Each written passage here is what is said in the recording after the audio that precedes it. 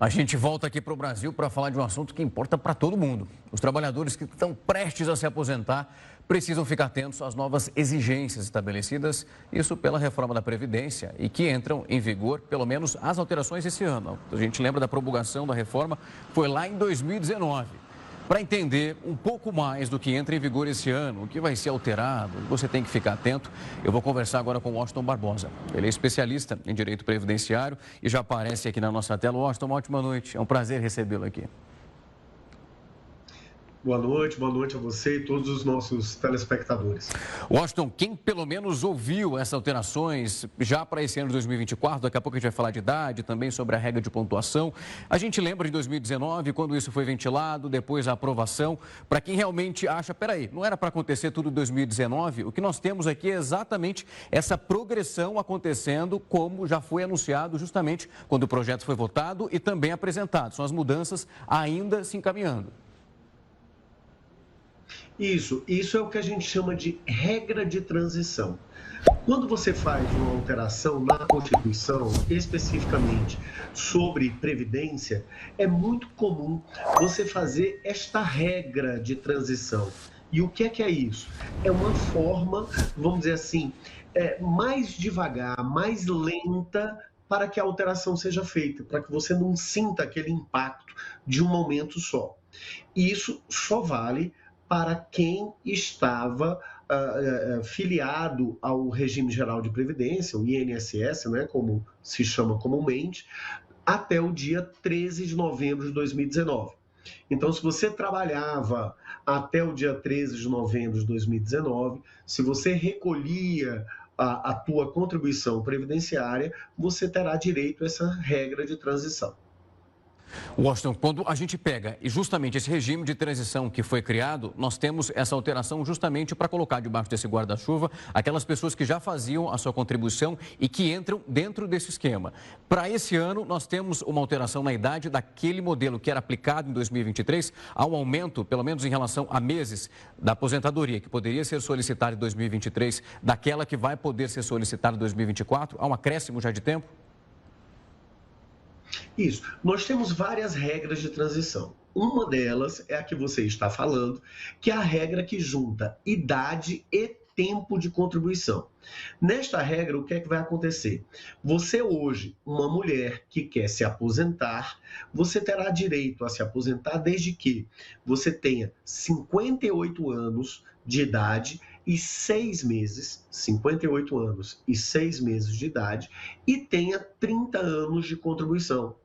E se você for um homem, você terá direito a se aposentar se você tiver 63 anos e 6 meses de idade e 35 anos de contribuição.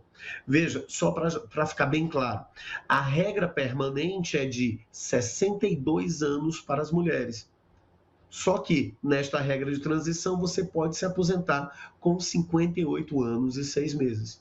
A regra permanente para o homem é de 65 anos, no mínimo, para ele se aposentar. Só que na regra de transição, este ano, ele vai poder se aposentar com 63 anos e 6 meses. É aquilo que a gente conversava há pouco, né? Aquela progressão, aquela transição entre um regime e outro. Agora lembre, você, mulher, em qualquer das situações, tem de ter 30 anos de contribuição. Você, homem, em qualquer das situações, tem de ter 35 anos de contribuição. Um outro ponto muito importante que também foi divulgado, nós vimos isso acontecendo ali em 2019, era justamente a pontuação, onde é feita ali uma somatória com dois pilares importantes que vão, pelo menos, limitar a sua previdência, aquele valor que você recebe de aposentadoria. Quando a gente olha para essa pontuação, se esse for o esquema escolhido, ao invés de idade, eu vou olhar então para a pontuação.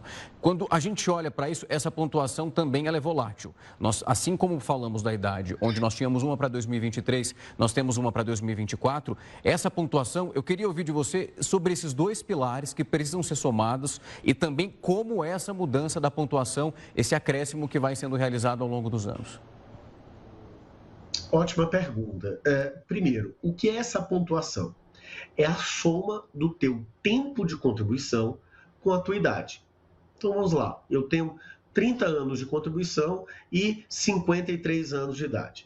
Somando os dois dá 83. Então é isso que você vai fazer. Soma a tua idade com o teu tempo de contribuição.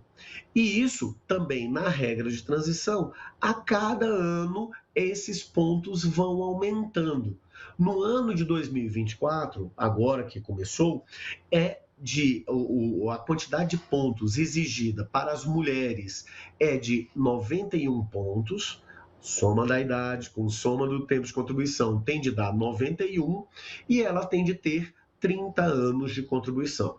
Ainda para os homens, a soma, os pontos exigidos é de 101, mais uma vez, soma a idade mais o tempo de contribuição tem que dar 101, mais 35 anos de contribuição. Essa é uma forma, né, que até já existia antes da reforma da Previdência para você se aposentar. Neste aspecto, o que é interessante dessa regra? Essa regra valoriza muito as pessoas que começaram a contribuir muito cedo. Eu, por exemplo, eu comecei a trabalhar com 14 anos de idade. De lá para cá, eu sempre contribuí bonitinho, todos os meses, todos os anos. Tá? Então, para o caso de uma pessoa que começou a contribuir muito cedo, a regra de pontos ela é interessante. E aí me permita aproveitar essa colocação para reforçar um aspecto. Não existe a melhor regra. Né? Tem pessoas que viram e dizem: a melhor regra é a regra da idade, a melhor regra é a regra de pontos, a melhor regra é a regra do pedágio. Isso vai depender da tua situação. Então, a regra ela vai ser boa ou não para o teu caso específico. Às vezes uma regra que é boa para mim não é boa para o Rafael, não é boa para vocês, não é boa para outra pessoa, tá? Então, o importante é faça a simulação em todas as situações possíveis. Na regra de pontos, na regra de idade e tempo de contribuição, que a gente viu anteriormente, na regra do pedágio e na regra definitiva. Você faz essa simulação e vê a que fica melhor para você. Washington, quando a gente olha para esse valor, a gente sabe que muitas pessoas contam com isso, principalmente numa fase muito delicada da vida, onde elas não conseguem mais trabalhar e elas precisam desse dinheiro. Quando a gente fala do teto, o limite para esse recebimento, ano passado eu estava vendo o cálculo ali, chegava a mais de 7 mil reais, mais menos do que 8 mil. Para esse ano ainda não houve uma definição. Quando a gente olha para o teto de quem foi ali, contribuiu, escolheu a sua regra, verificou qual, pelo menos, se considerou pelo menos mais beneficiado, como você falou, não existe uma melhor do que a outra, mas cada um vai fazendo o seu cálculo e sabe para qual lado vai. Quando a gente olha para esse teto, independentemente desse processo, quando você chega ali para receber, nós temos esse limite, pelo menos ano passado que eu falei era um pouco mais de 7 mil reais. Hoje no Brasil, em relação a essa aposentadoria pela Previdência, nós temos esse teto, não é possível alguém receber mais do que isso, por exemplo. Exatamente. Esse é o teto que no ano passado era de R$ 7.504, tá? E nesse ano ele vai ser aumentado, mas ainda não houve o anúncio, né? Geralmente sai uma portaria do Ministério da Previdência, agora aí na próxima semana, ali segunda semana do ano, geralmente sai esse valor do novo teto. O teto existe exatamente para limitar a tua remuneração, o teu benefício. Mas veja, ao mesmo tempo que ele limita o benefício que eu vou receber, ele limita também o quanto que eu vou contribuir. Né? Por exemplo, né, o Rafael, que ganha muito bem, está ganhando lá 100 mil reais por mês aqui na nossa Record News. Né? Mas o que é que ocorre? Ele só vai contribuir até quanto? Ele vai contribuir somente até R$ 7.500, tá? O restante, para chegar aos 100 mil, ele não vai contribuir.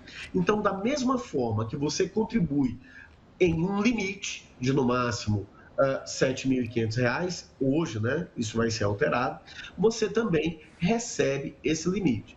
Agora, o importante, gente, é que, infelizmente, mais de 84% de todos os benefícios concedidos estão entre 1 e 2 salários mínimos. A maior parte da população acaba se aposentando ali entre 1 e 2 salários mínimos. Quer porque não contribuía, né, não contribuiu adequadamente, quer porque nós sabemos, infelizmente, a base, né, salarial do Brasil ainda está muito baixa. As pessoas que ganham teto são pouquíssimas pessoas, né? Até tanto pela remuneração que ela tem de ter, é um nível de remuneração que poucas pessoas têm no Brasil, infelizmente, e a maior parte acaba recebendo 2 salários mínimos. Veja, a partir deste mês, né, nós estamos falando do teto, mas vamos falar do piso. A partir deste mês, você vai receber como o menor benefício possível o valor do salário mínimo, que agora passou para R$ 1.412. Não existe nenhum benefício superior a isso. E não pode existir nenhum benefício que ultrapasse o hoje R$ 7.500, que esse valor deve ser atualizado. Washington, muito obrigado pela explicação, muito didático para a gente entender um pouco desse movimento. Vou cruzar os dedos para esse 100 mil vir, quem sabe não aparece esse ano, mas não está vindo não. Mas queria muito te agradecer. São meus votos de ano novo para você, rapaz. Desejo aí para todo mundo esse baita desse salário aí. Mas eu queria te agradecer mais uma vez pelo tempo e a disponibilidade e também pela didática para explicar para quem nos acompanha nesse momento. É muito difícil, às vezes, chegar nesse cálculo ali e explicar para quem nos acompanha como isso precisa ser analisado e também com muito cuidado. Muito obrigado por nos atender nessa quarta-feira. Eu que agradeço, Rafael. Um grande abraço para você, para os nossos telespectadores e um super 2024 para a gente. Para nós. Valeu. Até mais.